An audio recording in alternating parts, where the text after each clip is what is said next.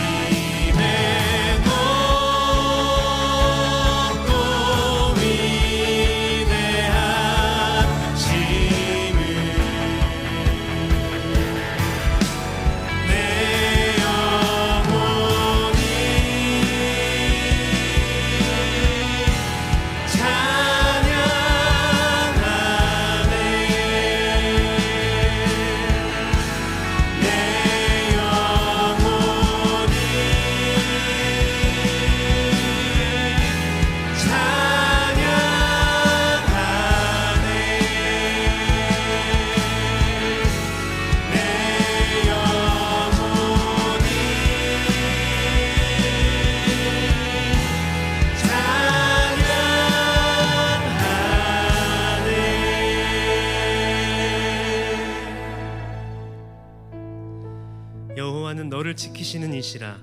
여호와께서 내 오른쪽에서 내 그늘이 되시나니 낮에 해가 너를 상하게 하지 아니하며 밤의 달도 너를 해치지 아니하리로다. 여호와께서 너를 지켜 모든 환난을 면하게 하시며 또 내 영혼을 지키시리로다. 여호와께서 너의 출입을 지금부터 영원까지 지키시리로다. 아멘. 우리의 그늘이 되시며 모든 출입을 지켜주시는 하나님 아버지, 크신 자비와 변함없는 신실하심을 찬양합니다. 세상의 거친 파도와 환난 가운데서도 우리의 피난처 되시는 주님의 은혜를 사모하며 이 자리에 나아왔사오니 우리의 찬양과 예배를 기쁘게 받아주시옵소서. 영원토록 우리와 함께 하시는 주님의 평안으로 우리의 심령을 풍성하게 채워주시옵소서. 예수 그리스도의 이름으로 기도드립니다. 아멘. 해성교회의 비전과 방향성을 담은 블레싱 기도문으로 공동체 고백을 올려드리겠습니다. 교회를 세우시고 돌보시며 인도하시는 하나님, 해성교회가 아브라함에게 주셨던 하나님의 말씀을 따라 세상 만민이 우리로 말미암아 복을 받게 되는 축복의 통로가 되게 하시고, 예수님의 지상 명령을 따라 세상에서 힘들고 지친 모든 사람들이 하나님 안에서 풍성한 생명을 누리도록 사랑으로 섬기는 교회가 되게 하여 주옵소서. 우리의 예배와 사역을 통해 하나님의 살아계심이 드러나게 하시고 말씀과 성령으로 사람을 세워가며 하나님의 나라를 꿈꾸는 사도행전적 교회가 되게 하여 주옵소서. 우리의 가정을 통해 믿음의 다음 세대가 자라나게 하시고 교회와 가정, 주일학교와 한아름 유치원, 이야기학교, 러빙스쿨, 경신을 비롯한 기독교 사학을 통해 요셉과 다니엘 같은 믿음의 사람들이 배출되게 하옵소서. 우리가 살아가는 이 지역과 이 나라에 공의와 질서 안에서 평안을 허락하여 주시며 아픔과 고통 가운데 있는 모든 사람들에게 치유와 회복을 허락해 주옵소서. 아멘.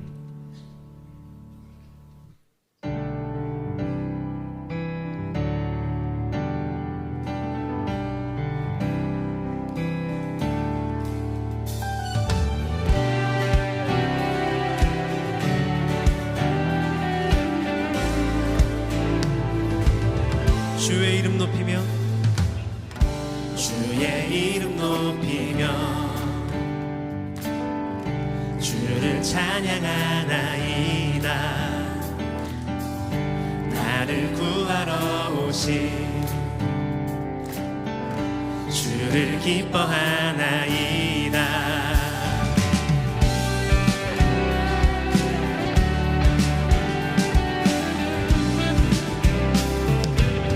주의 이름 높이며 주의 이름 높이며 주를 찬양하나이다. 나를 구하러 오신 주를 기뻐하나이다. 하늘 영광 버리고 하늘 영광 버리고 이 땅 십자가를 지시고 죄 사했네. 무덤에서 일어나 하늘로 올리셨네. 주의 이름 높이리.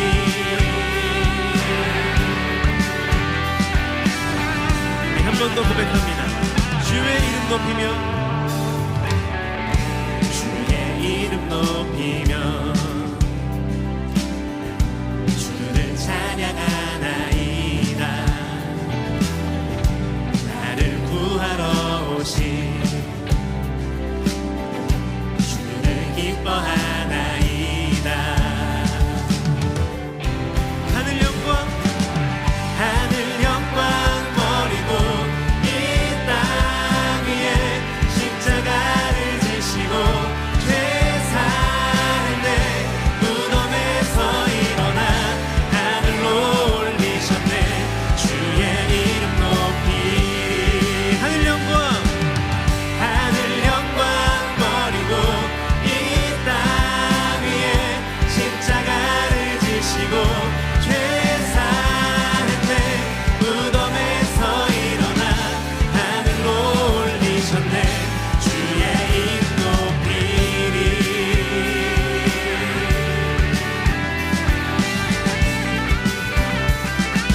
하늘 영광 버리고 하늘 영광 버리고 이 땅 위에 십자가를 지시고 죄 사했네. 무덤에서 일어나 하늘로 올리셨네. 우리 마지막으로 선포합니다. 하늘 영광 버리고 하늘 영광 버리고 이 땅 위에 십자가를 지시고 죄 사했네. 무덤에서 일어나 하늘로 올리셨네. 주의 이름 높이리.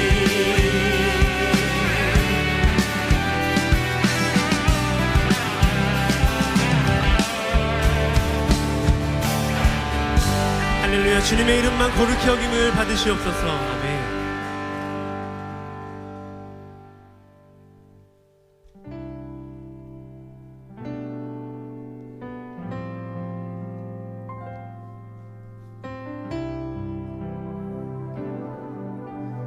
내 안에 가장 귀한 것, 내 안에 가장 귀한 것, 예수를 알미라.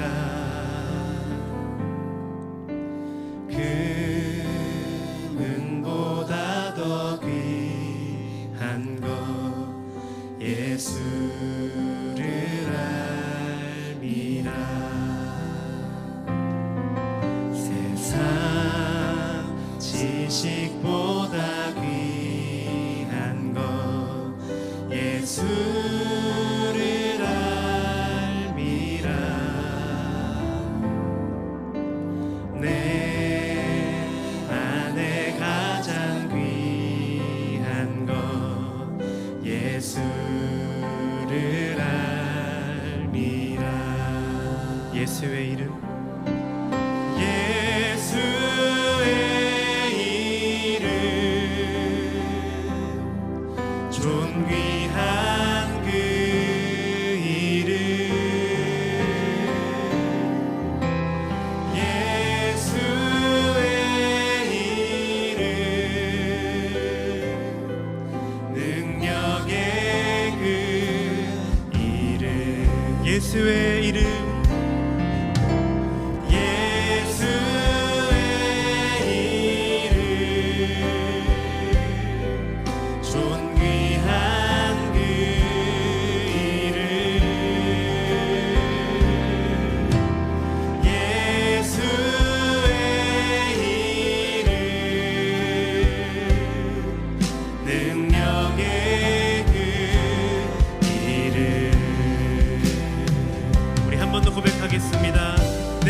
가장 귀한 것 내 안에 가장 귀한 것 예수를 알미라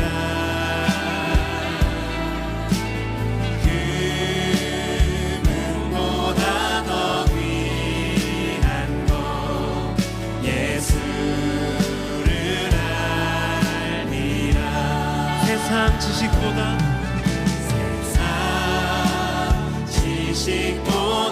귀한 것 예수를 알미라 내 안에 가장 귀한 것 예수를 알미라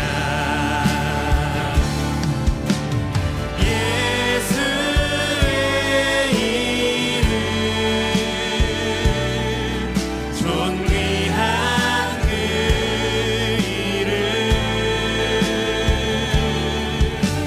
예수의 이름 능력의 그 이름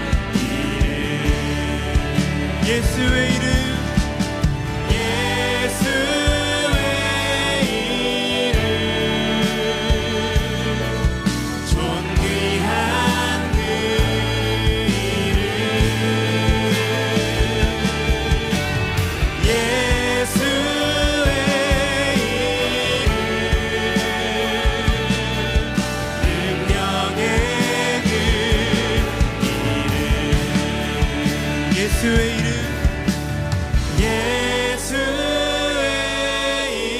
이름 존귀한 그 이름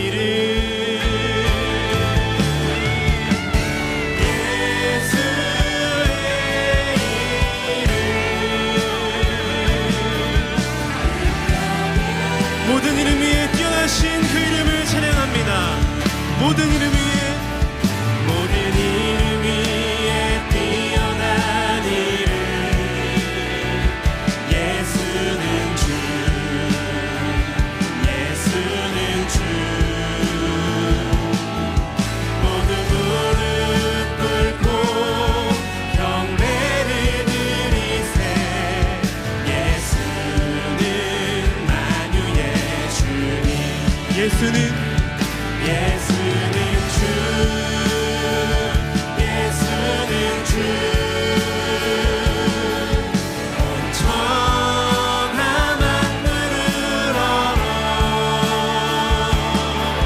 그 보좌 영광을 돌리세 예수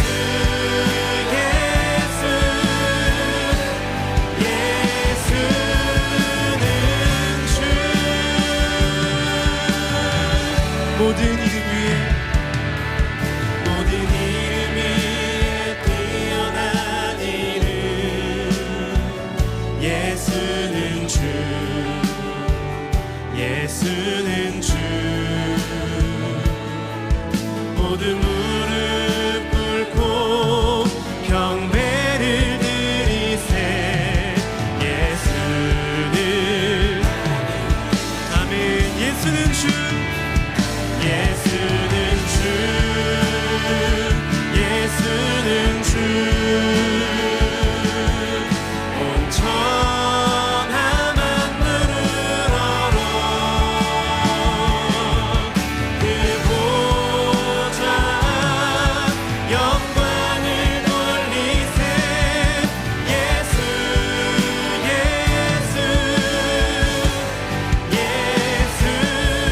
예수는 주 예수는 주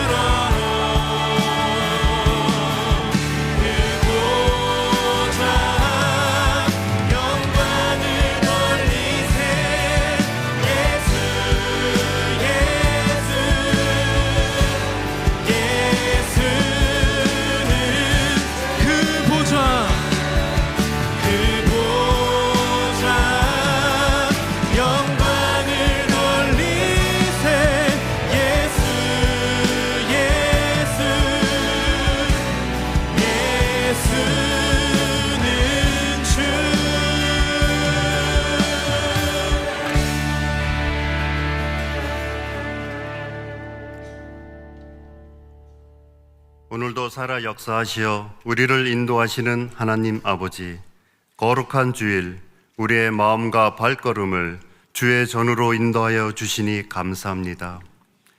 말씀과 기도로 우리의 심령을 새롭게 하시고 참된 예배자로 하나님 앞에 서게 하옵소서. 지난 한 주간 우리의 삶을 되돌아봅니다. 하나님 말씀에 불순종한 롯의 아내처럼 자꾸만 뒤돌아보며 살아왔음을 고백합니다.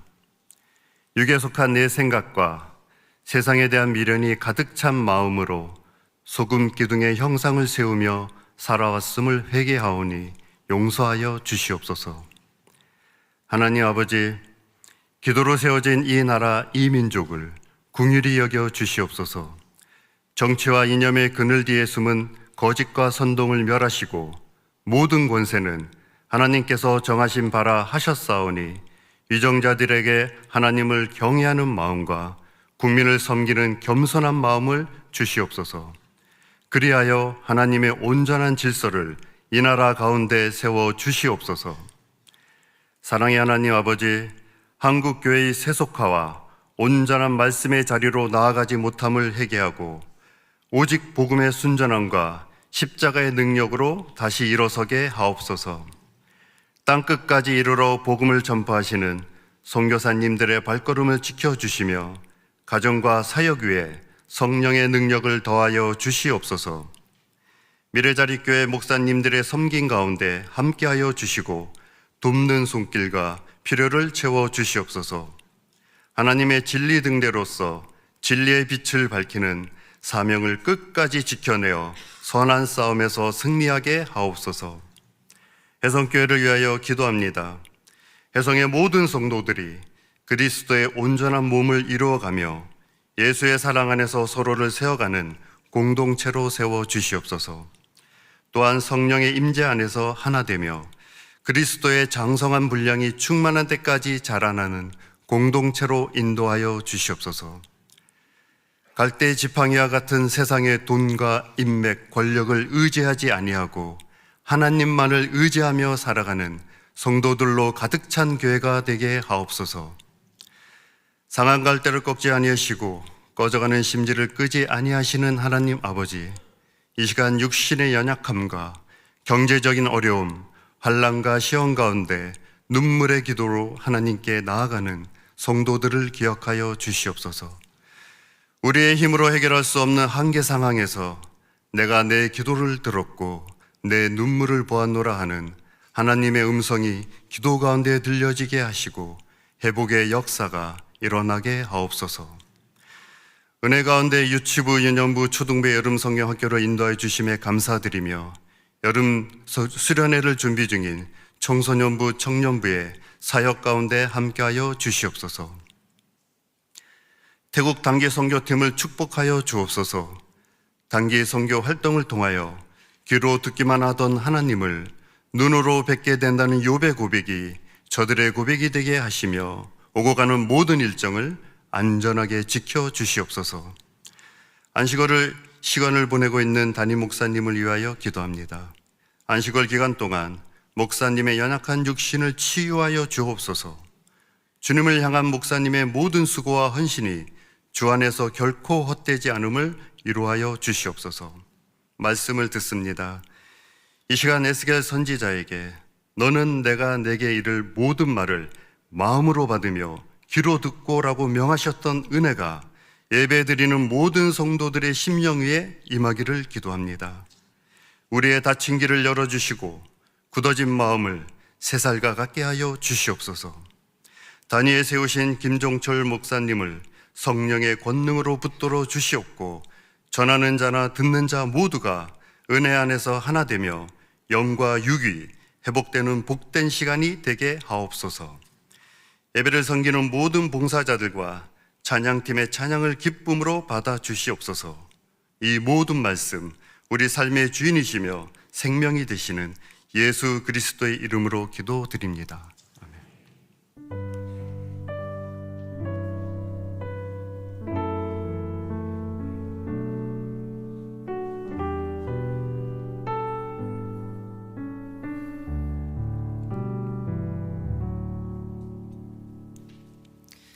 오늘 우리에게 주시는 하나님의 말씀은 고린도후서 5장 17절의 말씀입니다.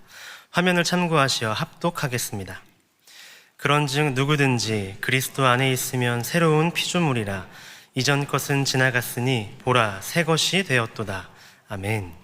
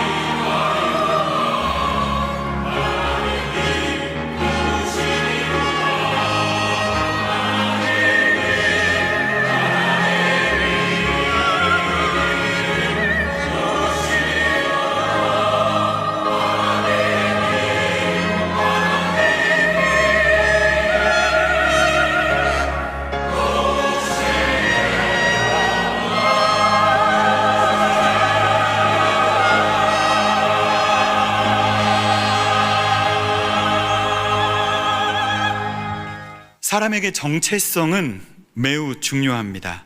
정체성이란 무엇일까요?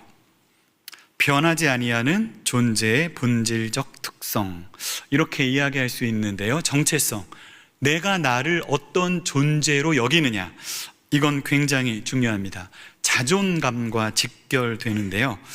예를 들면 어느 누군가가 나에게 당신 왜 이렇게 머리가 나쁘세요? 라고 말한다면 사람들은 두 가지 반응을 보일 수 있습니다. 먼저 어렸을 때부터 많은 사랑을 받고 자란 사람, 그래서 스스로 생각할 때 그 정체성이 나는 부모님이 사랑하시는 아주 귀한 존재야, 이런 정체성을 가지고 있는 사람은 설사 이 사람이 진짜 머리가 나쁘다 할지라도 그 상황을 잘 받아 넘깁니다. 예를 들면 머리가 나빠서 죄송합니다. 머리가 좋아서 좋으시겠어요. 이렇게 받아 넘기는 거죠. 자존감이 있으니까, 정체성이 있으니까. 그런데 어렸을 때부터 사랑을 받지 못한 애정 결핍이 있는 사람은 늘 자신의 정체성이 나는 부족하다 생각합니다. 그러니까 그런 말을 들으면 머리가 좋아도, 정말 공부를 잘해도 그런 말을 들으면 위축되고 그리고 발끈하게 됩니다. 뭐라고요? 발끈하죠. 왜냐하면 잘못된 정체성 때문에 자존감이 낮기 때문입니다. 여러분은 어떤 정체성을 가지고 계신가요? 스스로를 어떤 존재로 생각하시나요? 아울러서 우리는 그리스도 안에서 어떤 존재일까요? 성경은 우리에게 뭐라고 이야기할까요? 우리 고린도후서 5장 17절 말씀을 같이 읽도록 하겠습니다. 그런즉 누구든지 그리스도 안에 있으면 새로운 피조물이라. 제가 전반부만 잘랐는데요, 그 뒤에는 새로운 피조물이 어떤 그 특성을 가지고 있는지 두 가지를 이야기하고 있어요. 나중에 제가 말씀드리겠습니다. 그런데 이 앞부분에서 중요한 것은 누구든지 그리스도 안에 있으면 이렇게 말하는 겁니다.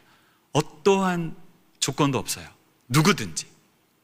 성경은 여러분이 과거에 어떤 사람이었든지, 과거에 어떤 죄를 지었든지, 어떤 실패를 경험했든지, 어떤 상처가 있든지, 여러분의 지금 신분이 어떠하든지 스펙 아무 상관하지 않으십니다. 오직 누구든지 그리스도 안에 있으면 그 사람은 새로운 피조물이라고 선언하십니다. 이 선언을 믿음으로 받아들이시기를 축복합니다. 이게 우리의 정체성입니다. 새로운 피조물이죠. 여기서 새로운이라는 이 단어는 헬라어로 두 단어가 있어요. 첫 번째는 네오스라는 단어입니다. 이거는 시간적으로 최근에 생긴 그런 의미예요. 예를 들면 새 옷 샀네, 참 예쁘다, 이런 거죠. 새 옷 산 거예요. 새로 생긴. 또 한 단어는 카이노스인데 이 단어가 중요합니다. 한번 따라할까요? 카이노스. 이 의미는 무엇이냐면 본질적으로 완전히 새로워진 겁니다. 이전과는 비교할 수 없이 전적으로 새로워진 상태를 말하죠. 그러니까 이런 겁니다. 똑같은 옷을 입고 있어요. 달라진 게 없어요. 그런데 왠지 예뻐 보여요. 달라 보여요. 여러분 그럴 때 있으세요? 없으세요? 누구를 보면은 뭔가 달라진 게 없는데 왜 이렇게 예뻐 보이지? 뭔가 달라 보인다. 그게 은혜 받았기 때문에 우리 안에 생기는 현상들입니다. 은혜를 받으면 내 안에 존재가 본질적으로 새로워지고, 그러니까 어떠한 화장을 해도, 어떠한 새 옷을 입어도 비교할 수 없는 카이노스의 은혜가 있는 거죠. 우리 한번 따라해 볼까요? 카이노스. 어떤 의미인지 아시겠죠? 완전히 새로워진 그것이 바로 우리들입니다. 그런데 또 한 가지, 이 누구든지 그리스도 안에 있으면 새로운 피조물이라, 우리는 이렇게 이라, 피조물이다, 동사가 들어있잖아요. 헬라어 원문을 보면 동사가 생략된 명사구입니다. 그러니까 이렇게 지금 바울은 이야기하는 거예요. 누구든지 어떤 자격과 조건도 따지지 않는다. 어떤 흉악한 죄인이라 할지라도, 과거에 어떤 삶을 살았든지, 누구든지 그리스도 안에 있으면 그 사람은 새로운 피조물 하고 끝나는 거예요. 이것은 어떤 의미가 있냐면 굉장히 강력하고 즉각적인 선언의 의미가 있는 겁니다. 사랑하는 여러분, 저와 여러분은 그리스도 안에 새로운 피조물. 아멘이시죠? 동사가 필요 없는 거예요. 즉각적이고 강력한 믿음의 선언입니다. 그러면 새로운 피조물인 우리는 어떤 삶을 살아야 할까요? 저는 오늘 설교를 통해서 세 가지를 나누기를 원하는데, 오늘 함께 읽은 본문은 17절이고 그 앞구절부터 뒷구절까지를 좀 살펴보려고 합니다. 새로운 피조물은 어떤 삶을 살게 되냐? 첫 번째, 그리스도의 사랑에 강권당하는 삶을 살게 됩니다. 고린도후서 5장 14절입니다. 같이 한번 읽어볼까요? 그리스도의 사랑이 우리를 강권하시는도다. 우리가 생각하건대 한 사람이 모든 사람을 대신하여 죽었은즉 모든 사람이 죽은 것이다. 이 본문은 처음에 그리스도의 사랑 이렇게 시작됩니다. 그리스도의 사랑. 여기서 의는 소유격 조사입니다. 그죠? 그리스도의. 그런데 이 헬라어에서는 이 의가 여러 가지로 해석됩니다. 그 중에 오늘 본문은 두 가지로 해석이 가능한데 한번 생각해 보세요. 첫 번째, 이 의는 주격으로 해석됩니다. 그러면 그리스도의 사랑은 어떤 의미가 되냐면 그리스도께서 우리를 사랑하시는 사랑이 되는 거예요. 그런데 주격이 아니라 목적격으로도 해석이 됩니다. 그럼 어떤 의미가 되냐면 그리스도를 사랑하는 우리의 사랑이 되는 거예요. 여러분, 이 본문의 의는 주격일까요? 목적격일까요? 감사합니다. 성가대 영성이 있습니다. 반드시 주격이어야 합니다. 왜냐하면 목적격적인 사랑은, 즉 우리가 주님을 사랑하는 사랑은 가변적이기 때문입니다. 영원하지 않아요. 제한적이에요. 우리가 아무리 주님을 뜨겁게 사랑해도 어느 순간 무너집니다. 흔들립니다. 영적 침체에 빠지게 되죠. 그런데 주격의 사랑, 즉 그리스도께서 우리를 사랑하시는 사랑은 영원히 변치 아니하시며 제한이 없는 위대한 사랑인 줄로 믿습니다. 그래서 본문은 반드시 주격이어야만 합니다. 우리가 악수를 할 때 일반적인 악수 말고 이렇게 잡는 악수가 있어요. 우리가 보통 로마인 악수 이렇게 이야기하는데요, 이렇게 잡으면 한 사람이 손을 놓는다 할지라도 이 손을 잡게 됩니다. 그림에 보면 절벽에 한 여자가 떨어져 있고 남성이 그 사람을 끌어당깁니다. 저 여자 구조 받았을까요? 못 받았을까요? 받았을 수도 있고 못 받았을 수도 있습니다. 뭐에 따라 달려 있을까요? 뭐에 달려 있을까요? 위에 끌어당기는 남자의 힘에 따라 달라집니다. 아무리 이렇게 손을 잡는다 할지라도 지금 이렇게 잡고 있잖아요. 그죠? 손을 이렇게 잡고 있어요. 근데 위에 있는 사람의 힘이 약하다면 떨어질 수 있어요. 하지만 우리를 붙잡고 있는 주님의 손은 절대로 우리를 놓지 않으시는 줄로 믿습니다.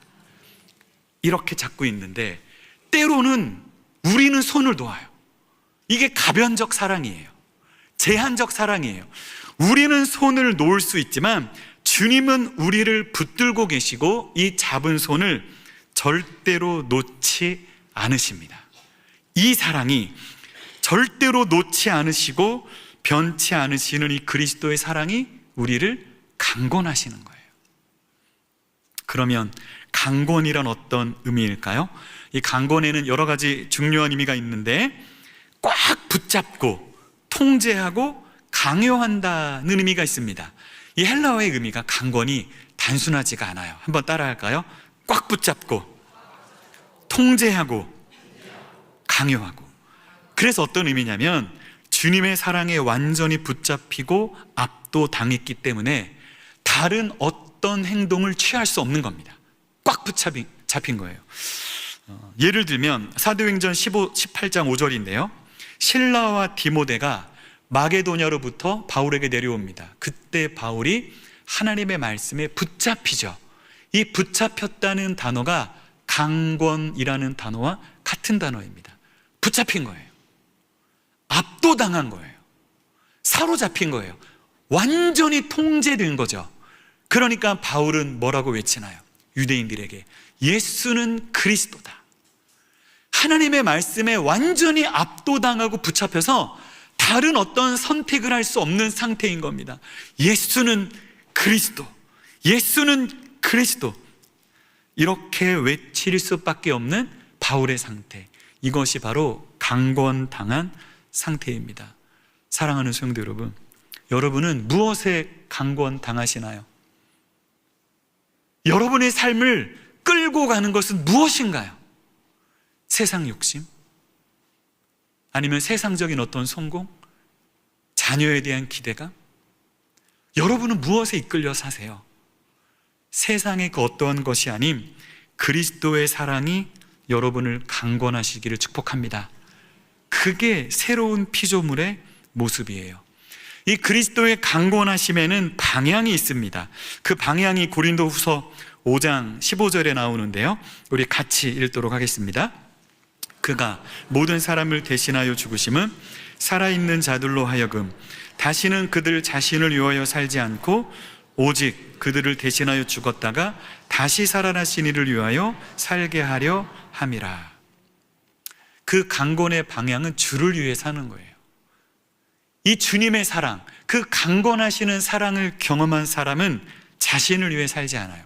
주님을 위해 살아가죠.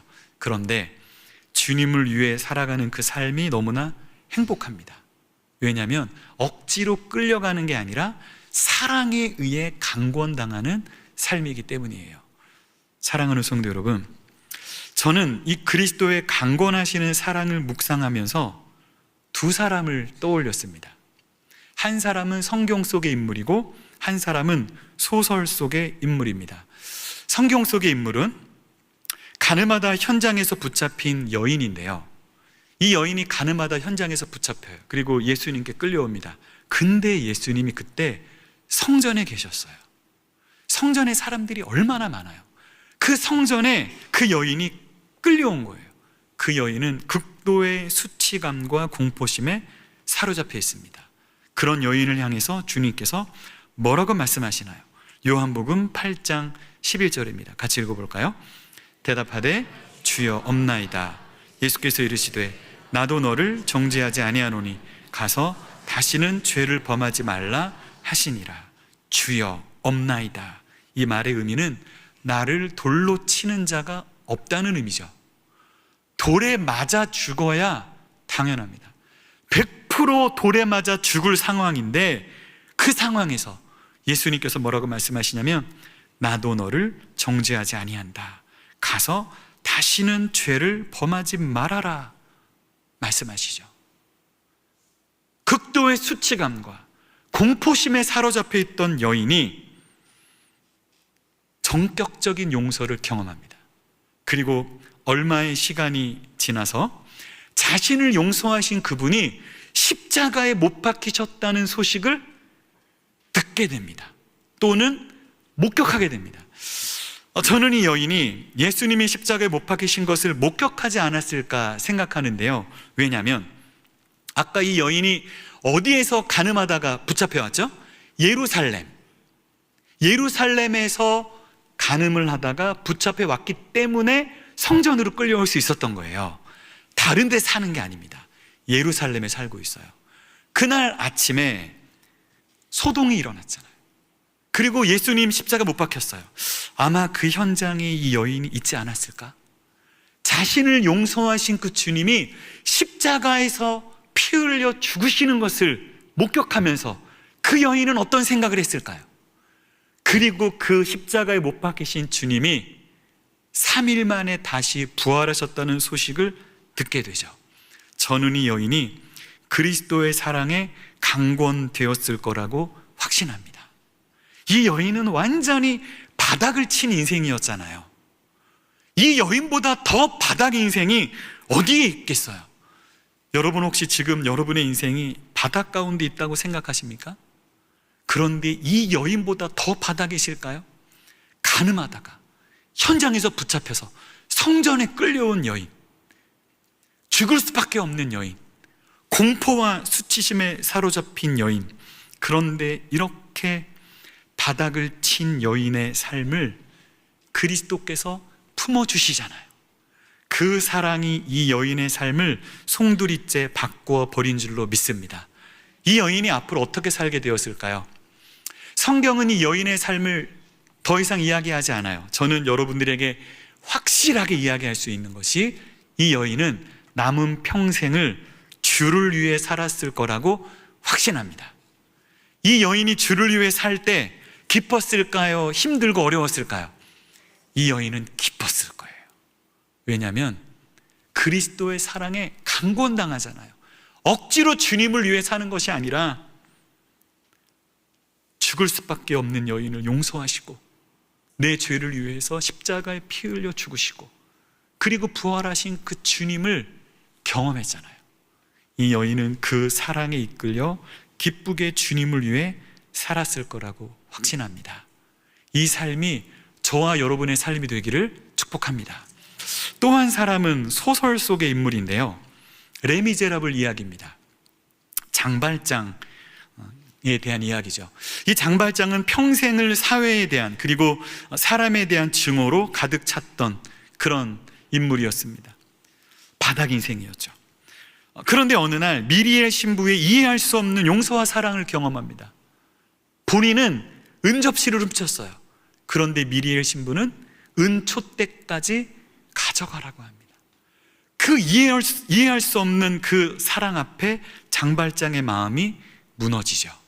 그리고 그는 그 사랑에 강권당합니다. 그 이후에 그의 삶이 어떻게 변하나요? 세상과 사람들에 대한 증오로 살았던 그가 남은 평생을 힘들고 어려운 사람들을 돕는 삶을 살게 됩니다.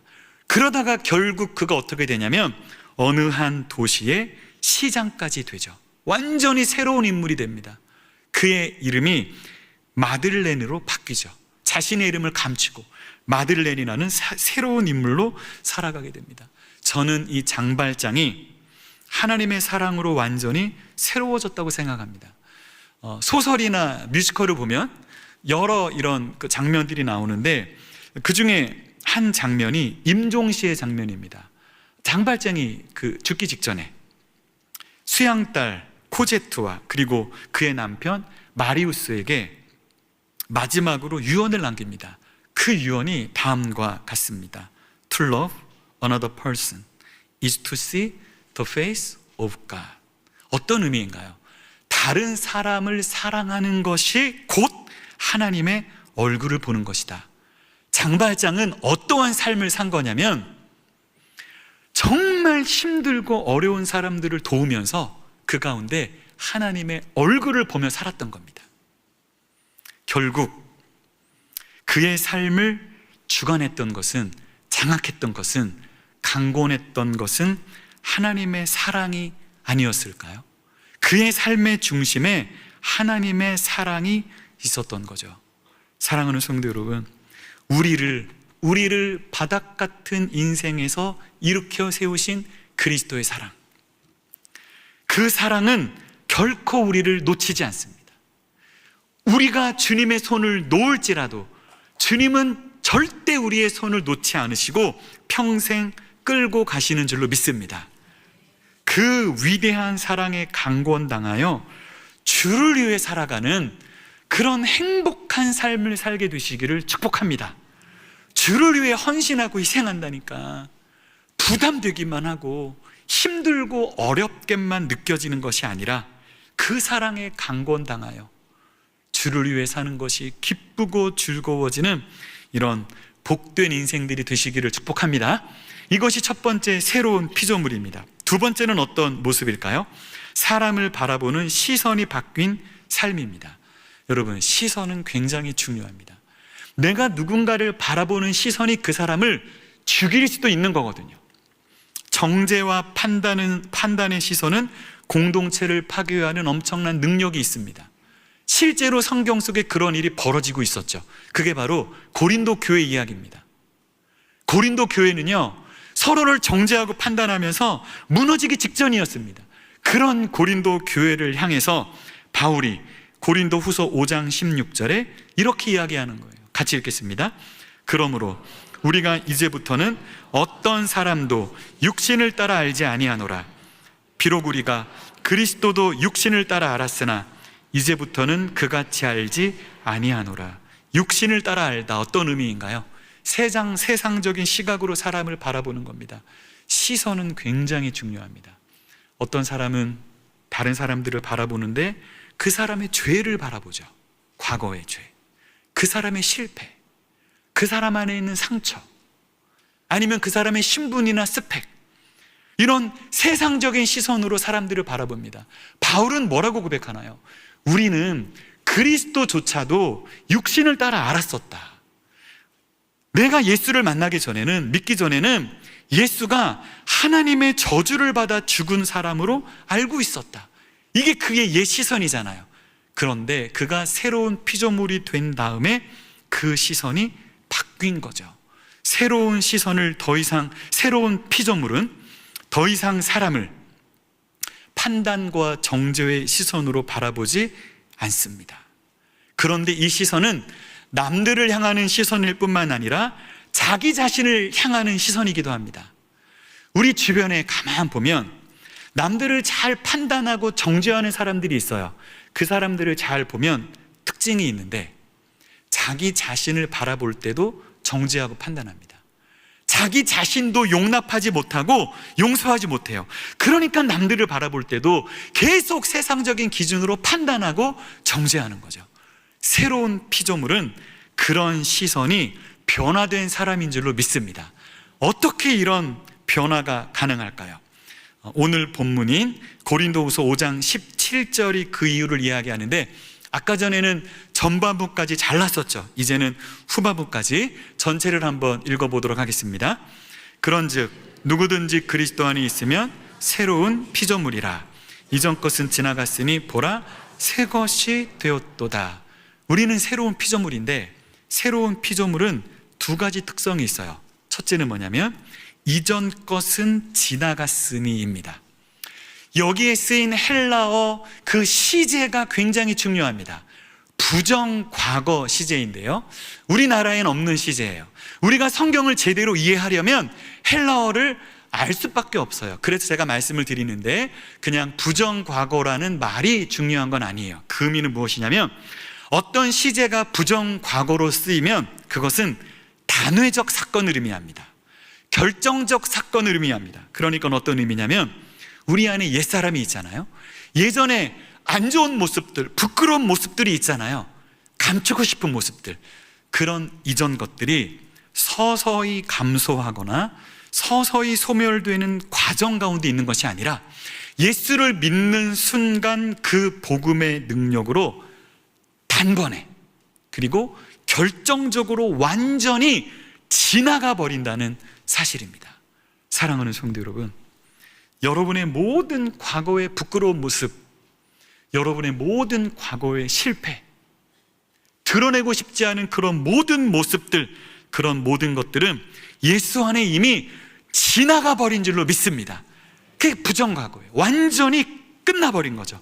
마치 다메섹 도상에서 바울이 부활하신 예수님을 만난 순간, 그 전까지는 예수를 어떤 시선으로 바라보았나요? 아유, 하나님께 저주받아 죽은 사람. 그게 그의 시선이었어요. 정죄와 판단의 시선. 그런데 다메섹 도상에서 부활하신 주님을 만났을 때 그 순간 즉각적으로 그의 시선이 바뀌죠. 부활하신 하나님의 아들로 그 시선이 바뀌게 됩니다. 그리고 새 것이 되었도다 라고 말하는데, 여기에 쓰인 시제는 완료 시제입니다. 이 완료 시제는 어떤 의미냐면, 과거에 어떤 사건이 완료되었어요. 그런데 그 사건이 지금까지도 계속해서 영향을 끼치는 겁니다. 어떤 의미냐면, 우리가 그리스도 안에 새 것이 된 것은 어떤 과거의 사건으로 끝나는 게 아니라 지금까지도 계속 영향을 끼쳐서 우리는 지금도 그리스도 안에 새 것입니다. 그리고 앞으로도 영원히 새 것으로 살아가는 거예요. 이것이 복음의 능력인 거죠. 과거의 모든 것이 순식간에 끝나버리고, 그리고 새 것이 되었는데 그 새 것이 영원토록 지속되는 상태. 이러한 신학적 관점을 가지고 있는 사람은 타인을 향한 시선이 변하게 되어 있어요. 왜 그럴까요? 내가 그런 복음의 능력을 경험했기 때문에 저 사람도 새롭게 창조할 수 있는 능력이 복음 안에 있다는 것을 믿기 때문입니다. 내가 변했기 때문에 저 사람도 변할 수 있다. 그래서 우리는 사람들을 바라볼 때 세 가지 눈으로 사람들을 바라보아야 합니다. 우리 한번 따라해 보시겠어요? 믿음, 소망, 사랑의 눈. 우리는 어떤 사람을 바라볼 때, 여러분, 혹시 믿지 않는 남편을 위해서 계속 기도하고 계신가요? 아니면 믿지 않는 어떤 가족? 계속 기도하는데도 그 사람 안에 변화가 없죠. 그래도 우리는 끊임없이 믿음, 사랑, 소망의 눈이 필요합니다. 믿음의 눈은 어떤 눈일까요? 그 사람 자체를 믿는 믿음이 아니라 하나님께서 그 사람을 반드시 변화시키실 거라는, 하나님의 때가 되면 그 사람을 변화시키실 거라는 그 믿음을 가지고 그 사람을 보는 거죠. 그리고 끝까지 그 사람 안에 소망을 잃지 아니하고 그 사람을 끝까지 사랑하는 그런 눈, 그런 눈이 새로운 피조물의 눈인 줄로 믿습니다. 그리고 저와 여러분의 눈이 그렇게 변화될 수 있기를 소망합니다. 우리가 서로를 바라보는데 정죄의 눈, 판단의 눈으로 바라본다면 여러분의 공동체는 무너질 수밖에 없습니다. 여러분의 목장은 존속될 수 없습니다. 우리의 눈이 그리스도 예수 안에서 변화될 수 있기를 축복합니다. 그런데 우리는 이러한 의심이 들 때가 있어요. 정말 내가 새 것이 되었나? 정말 이전 것이 지나간 것이 맞나? 왜냐하면 여전히 내 모습을 보면 부끄러운 모습이 있고 여전히 죄를 짓고 여전히 변화되지 않은 모습이 있기 때문입니다. 그래서 우리는 신분과 수준의 문제를 정확히 이해해야 합니다. 제가 그리스도인의 영적 성장을 이야기할 때 굉장히 중요하게 설명하는 부분인데요. 우리 한번 따라해 볼까요? 신분과 수준. 이것이 어떤 의미일까요? 제가 간단하게 설명을 드려볼게요.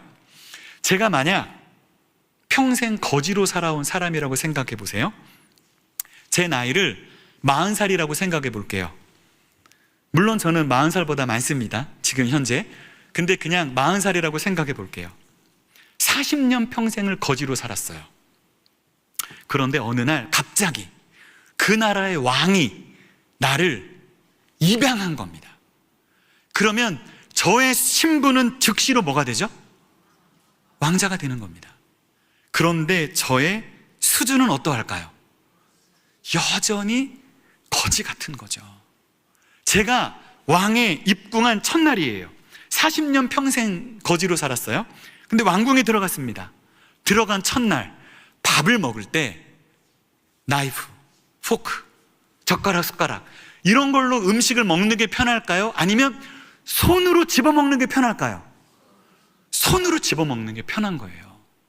제가 그날 밤에 잠을 자는데 왕궁의 법도를 따라 이렇게 얌전하게 침대에 누워 자는 게 편할까요? 아니면 바닥에 막 뒹굴면서 자는 게 편할까요? 저의 신분은 뭐예요? 왕자죠. 하지만 저의 수준은 뭐와 같을까요? 여전히 거지와 같은 겁니다. 사랑하는 여러분, 이것이 신앙생활과 굉장히 유사합니다. 우리가 예수를 믿죠?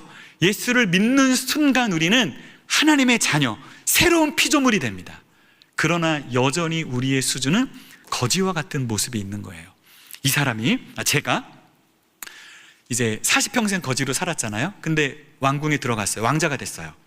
1년이 지나고 2년이 지나고 3년이 지나고 10년이 지난 어느 시점입니다. 제가 밥을 먹어요. 무엇으로 먹고 있을까요? 포크, 나이프, 그죠? 숟가락, 젓가락. 10년이 지났는데도 제가 여전히 손으로 집어먹고 있을까요? 아니잖아요. 시간이 지나면서 수준이 변화되는 겁니다. 내가 왕자의 신분을 얻었기 때문에 왕자답게 살아가는 거죠. 여기에서 중요한 게 있는데, 수준이 신분을 끌고 가는 것이 아니라 신분이 수준을 끌고 간다는 사실입니다. 나의 수준이 나의 신분을 결정하는 게 아니에요. 내가 왕자답게 사니까 내가 왕자가 되는 게 아니죠. 내가 왕자가 되었기 때문에 왕자답게 살아가는 겁니다. 한번 우리 글을 띄워주시고, 수준이 신분을 끌고 가는 것이 아니라 신분이 수준을 끌고 갑니다. 그 글이 안 나가네요. 우리 한번 따라 할까요? 수준이 신분을 끌고 가는 것이 아니라 신분이 수준을 끌고 갑니다. 이게 우리의 신앙생활이에요. 여러분이 여러분의 수준으로 신분을 끌려 하면 그런 신앙생활은 고통입니다. 왕자로 인정받기 위해서 왕자답게 사는 거죠. 이것은 주님이 원하시는 신앙생활이 아닙니다. 우리는 이미 왕자가 되었기 때문에 그 신분 때문에 왕자답게 변화되어지는 거죠. 다시 한번 읽어볼까요? 수준이 신분을 끌고 가는 것이 아니라 신분이 수준을 끌고 갑니다. 그래서 새로운 피조물이 된 사람은 다른 사람을 바라볼 때 그 사람의 내면의 신분을 바라봅니다. 그 사람의 수준으로 판단하지 않아요. 사랑하는 성도 여러분, 우리 해성교회가 그 사람의 수준으로 판단하는 교회가 아니라 그 사람의 신분을 보고 바라볼 수 있는 믿음, 소망, 사랑의 눈으로 바라봐주는 그런 교회가 될 수 있기를 소망합니다. 우리는 누군가를 바라볼 때 나를 변화시키신 그 복음의 능력이 저 사람도 반드시 변화시킬 수 있다라는 그런 믿음을 가지고 바라보아야 합니다. 시각이 바뀌는 거죠. 필립 얀시라는 사람이 놀라운 하나님의 은혜라는 책을 썼어요. 그 책의 시작 부분에 한 매춘부 이야기가 나옵니다. 제가 매춘부라는 단어를 썼는데요, 그 책에 나오는 단어이기 때문이에요. 요새는 안 쓰는 단어죠. 요새는 성매매 여성 이렇게 이야기합니다. 그런데 이 여성이 어떤 한 목사님과 상담을 하다가 그 목사님이 그 여인에게 말합니다. 근처에 있는 교회 좀 가보세요.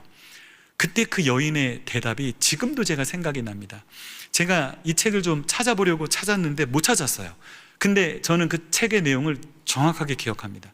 그 여인이 뭐라고 이야기하냐면, 교회요? 제가 거길 왜 가요? 거기를 가면 더 비참해질 텐데. 무슨 이야기인가요? 오늘날 교회는 죄인을 정죄와 판단의 시선으로 바라보는 겁니다. 우리 교회는 어떤가요? 여러분은 어떠하십니까? 죄를 용납하라는 이야기가 아니죠.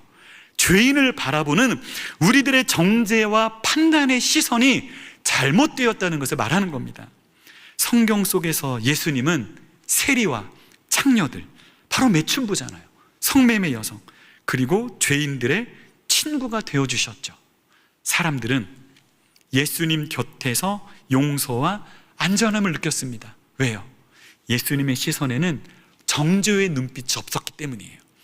예수님이 그들을 바라보실 때는 하나님의 은혜로 새롭게 창조될 아름다운 변화된 모습으로 그 죄인들을 바라보셨기 때문입니다. 오늘날은 어떠할까요?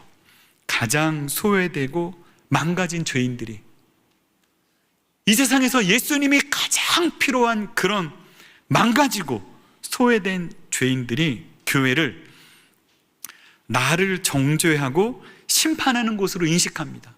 교회요? 거길 제가 왜 가요? 더 비참해질 텐데. 거기에는 거룩한 사람들만 모인 곳이잖아요. 거룩한 척하는 사람들만 모이는 곳이잖아요. 제가 그 시선을 어떻게 견뎌냅니까? 교회를 기피하고 있지는 않을까요? 사랑하는 성도 여러분, 우리가 서로를 향한, 그리고 세상을 향한 정죄의 손가락을 거두고 그리스도 안에 있는 새 창조의 그 은혜와 능력을 선포해야 할 줄로 믿습니다. 사람을 새롭게 하는 그 새 창조의 능력을 믿는다면 우리의 시선은 고린도후서 5장 17절의 시선이 될 겁니다. 누구든지 그리스도 안에 있으면 새로운 피조물이라. 이전 것은 지나갔으니 보라 새 것이 되었도다. 이 말씀을 믿으시나요? 이 말씀이 여러분에게 적용되는 것을 믿으시나요? 그렇다면 다른 사람을 바라보는 시선도 바뀔 수밖에 없는 거예요. 혹시 지금 내가 안 좋은 시선으로 바라보는 사람이 있으신가요? 생각나는 분 계세요? 내가 싫어하는 사람, 견디기 힘든 사람, 함께하기 어려운 사람, 누군가 떠오르십니까? 그 사람을 향한 정죄와 판단의 시선을 내려놓고 그 사람을 새롭게 하실 그 그리스도의 능력을 선포하시면서 그 사람을 믿음과 소망과 사랑의 눈으로 바라봐 주시기를 부탁드립니다. 이것이 새로운 피조물의 삶의 모습이죠. 첫 번째, 저는 무엇을 말씀드렸나요? 그리스도의 사랑에 강권당한다. 두 번째, 사람을 보는 시선이 바뀐다. 세 번째는 무엇일까요? 세상 속에 파송된 그리스도의 제자로 살아갑니다. 요한복음 고린도후서 5장 18절 말씀을 같이 읽어보겠습니다. 모든 것이 하나님께로서 났으며 그가 그리스도로 말미암아 우리를 자기와 화목하게 하시고 또 우리에게 화목하게 하는 직분을 주셨으니, 본문을 보면 우리는 어떤 존재냐면 하나님과 화목한 존재입니다. 하나님과 화목하다는 것은 구원을 누리는 거예요. 내가 받은 구원을 누리는 거죠. 하나님과 잘 지내는 겁니다. 근데 여기서 끝나지 않아요. 하나님과 화목한 사람은 우리에게 화목하게 하는 직분을 주셨습니다. 즉 우리는 다른 사람을 하나님과 화목하게 하는 사명을 감당해야 해요. 그러니까 우리는 어떤 존재냐면 구원을 누리는 존재예요. 그리고 그 구원을 나누는 존재입니다. 우리 한번 따라해 볼까요? 구원을 누림, 구원을 나눔. 구원받은 사람은 나만 누리는 것으로 끝날 수가 없어요. 반드시 그 구원을 나누게 되어 있습니다. 그래서 우리는 세상 속에 파송된 그리스도의 제자인데요, 20절은 뭐라고 이야기하나요? 그리스도를 대신하여 간청하노니. 바울은 지금 고린도 교인들에게 간절하게 간청하는 겁니다. 그들이 하나님과의 관계가 멀어졌잖아요. 다른 복음을 쫓아가면서 바울이 가르친 복음을 벗어나고 있어요. 하나님과의 관계가 위태로워졌어요. 그들에게 그리스도를 대신하여 간청합니다. 제발 하나님과 화목해라. 그런데 여기에서 간청한다는 단어가 어떤 의미냐면 바닥에 엎드려 간절히 청하다, 그런 의미입니다. 이 간청하다는 헬라어 단어에는 어떤 뜻도 포함되어 있냐면 결핍, 부족, 이런 뜻이 포함되어 있어요.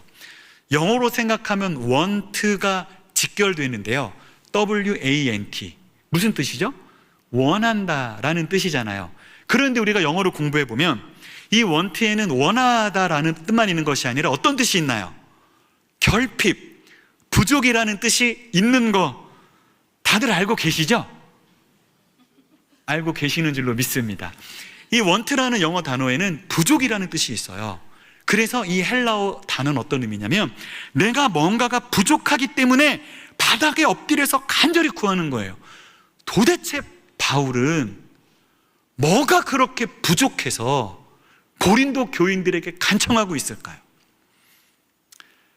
누가복음 5장 12절을 보면 예수께서 한 동네에 계실 때 온몸에 나병 들린 사람이 있어 예수를 보고 엎드려 구하죠. 여기서 이 구한다는 단어가 똑같은 간청이라는 단어입니다. 나병 환자에게 어떤 부족이 있나요? 어떤 결핍이 있나요? 병에서 나아야 하잖아요. 그 간절한 마음을 가지고 예수님 앞에 엎드려 구하죠. 간청. 이게 바울의 마음과 똑같은 거예요.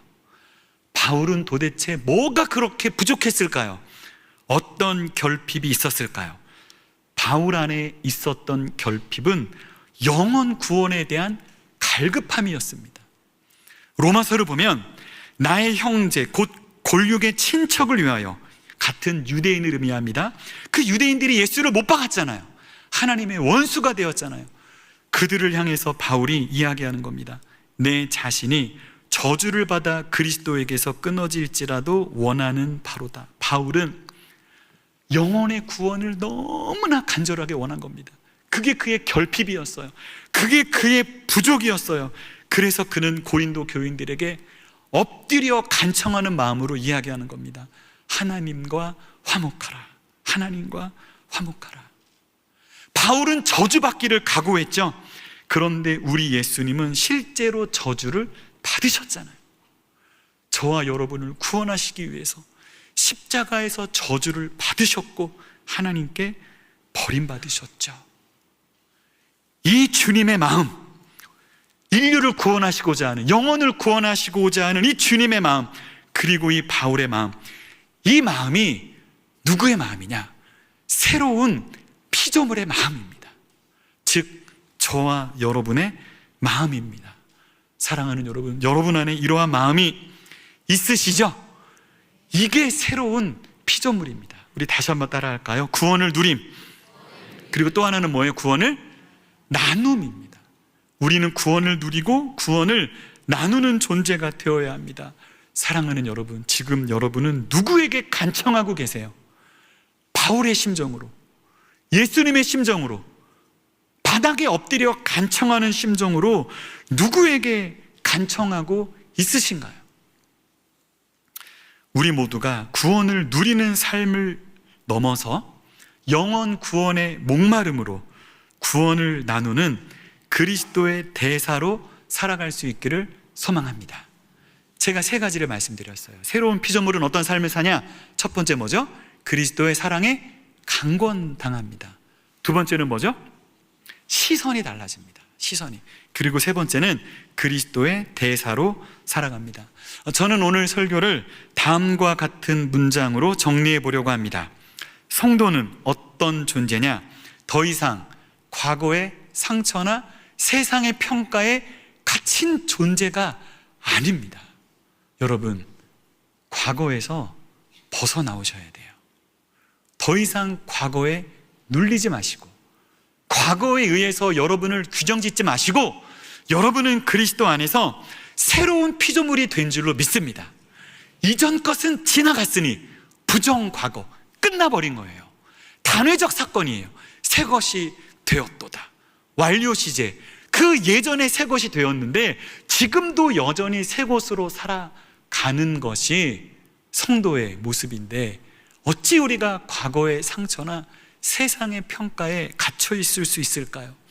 그리스도의 완벽한 사랑에 강권당하여, 이 로마인 학수, 나는 때로 믿음이 약해져서 주님의 손을 놓을지라도 주님이 내 손을 강력하게 끌고 가시는 이 사랑에 강권당하여 타인을 정죄와 판단의 시선이 아니라 재창조의 눈으로 바라보며 오늘도 한 영혼을 위해 눈물로 간청하는 세상 속에 파송된 거룩한 그리스도의 대사, 이것이 성도인 줄로 믿습니다.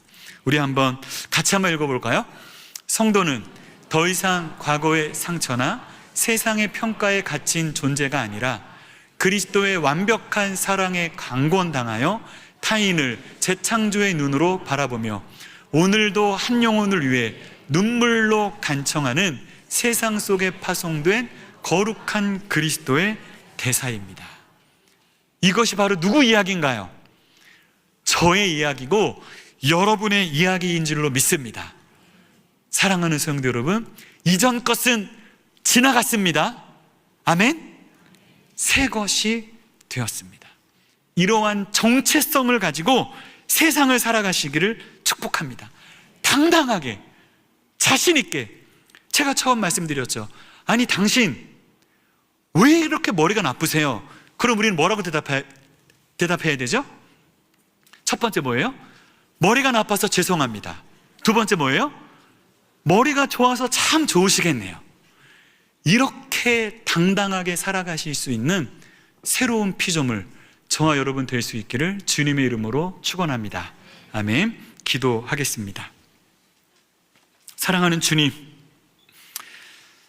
가늠하다 현장에서 붙잡힌 여인처럼 바닥을 친 우리 인생, 장발장처럼 세상에 대한 원망과 분노와 그 증오로 가득했던 우리 인생을 그 십자가의 사랑으로 강권하여 주시고 우리를 그 바닥 가운데 일으켜 주시고 새로운 피조물 되게 하시니 감사합니다. 이전 것은 지나갔습니다. 새 것이 되었습니다. 우리가 하나님의 자녀답게, 하나님의 왕자와 공주답게 당당하게 살아가게 하여 주시고 자신감 있게 세상 속에 그리스도의 대사로 살아가는 우리 모두가 되게 하여 주옵소서. 내가 그리스도 안에 그렇게 변화된 것을 믿는다면 다른 사람을 정죄와 판단의 시선으로 바라보지 아니하며 믿음, 소망, 사랑의 눈으로 바라보는 우리의 시선 되게 하여 주옵소서. 감사드리며 우리 주 예수 그리스도 이름으로 기도드립니다. 아멘. 다 같이 자리에서 일어나 찬송하며 봉헌하겠습니다.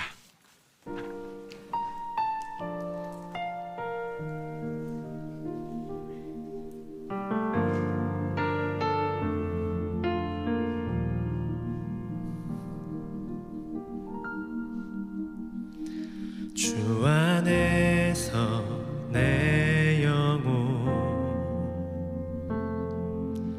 다시 태어나 이전 것은 지나고 새롭게 됐네. 죄로 물든 내 모습 예수와 함께 죽고 부활 생명 내 안에 새로운 삶이 열렸네.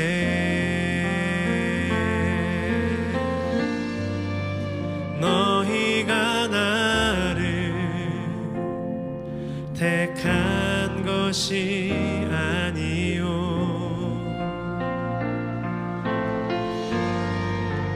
내가 너희를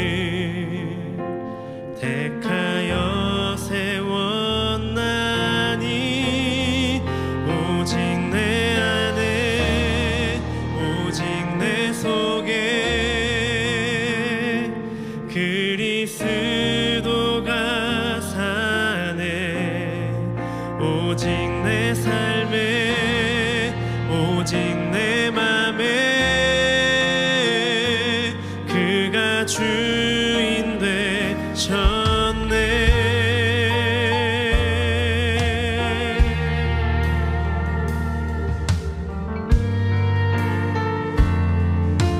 주 안에서 내 영혼 주 안에서 내 영혼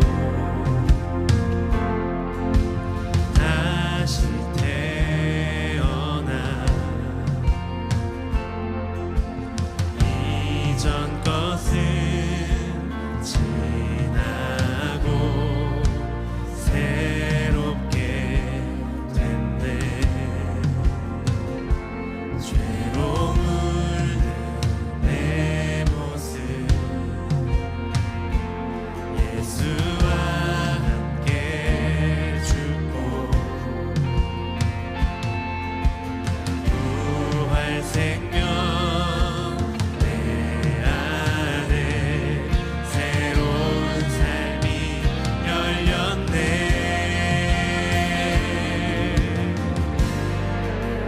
너희가 나를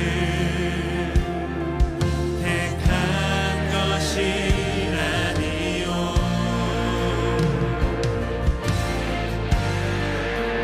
내가 너희를 택하여 세웠나니 오직 내 안에 오직 내 속에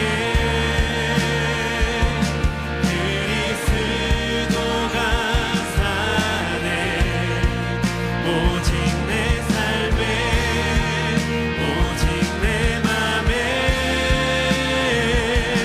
그가 주인 내 생명 내 생명 그 안에 그의 생명 내 안에 나의 삶이 이전과 같을 수 없네. 내 생명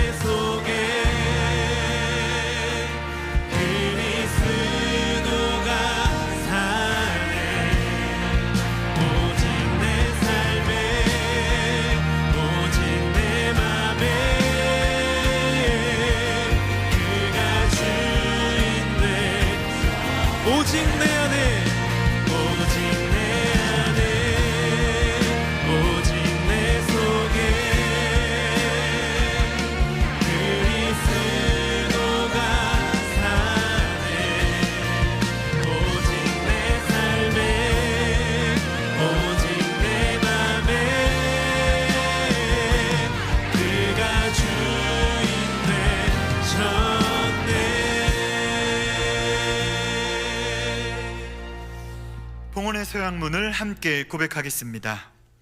우리를 영원한 죽음에서 건져내신 전능하신 하나님께서 내 삶과 소유의 주인이심을 고백합니다. 은혜로 채워주시는 모든 것들을 지혜로운 청지기로 바르게 사용하겠습니다. 살아가는 동안 물질의 어려움이 있더라도 합력하여 선을 이루시는 아버지 하나님을 더욱 의지하겠습니다. 하나님 나라와 교회 공동체를 세워가는 일에 몸과 마음과 물질로 기쁘게 헌신하겠습니다. 내 삶의 필요를 따라 좋은 것으로 넘치도록 후히 베풀어 주실 하나님을 기대합니다. 아멘. 사랑하는 주님, 주님의 생명이 내 안에, 내 생명이 주님 안에 있는 줄로 믿습니다. 나의 삶이 이전과 같을 수 없음을 고백합니다. 과거에 매어 살지 않게 하시고, 과거에 빠져 살지 않게 하시고, 그리스도 안에 새로운 피조물로 살아가게 하여 주옵소서. 우리에게 베푸신 그 새 창조의 은혜가 너무나 크고 놀라워서 감사하는 마음으로 귀한 예물 주님 앞에 드립니다. 주님께서 기쁘게 흠양하여 주시고, 드린 손길마다 그 손으로 하는 모든 일들이 아름답게 열매 맺게 하여 주옵소서. 감사드리며 이제는 우리 주 예수 그리스도의 은혜와 하나님의 사랑과 성령의 교통하심이, 누구든지 그리스도 안에 있으면 새로운 피조물임을 확신하며 나의 모든 과거가 지나가 버렸음을 선포하고 주님 안에 본질적으로 완전히 새로워진 새 것이 되었음을 믿음으로 받아들이는, 그래서 다른 사람들을 바라볼 때도 믿음, 소망, 사랑의 눈으로 바라보기를 원하는 모든 사랑하는 성도들 머리 위에 이제부터 영원까지 함께 있을지어다.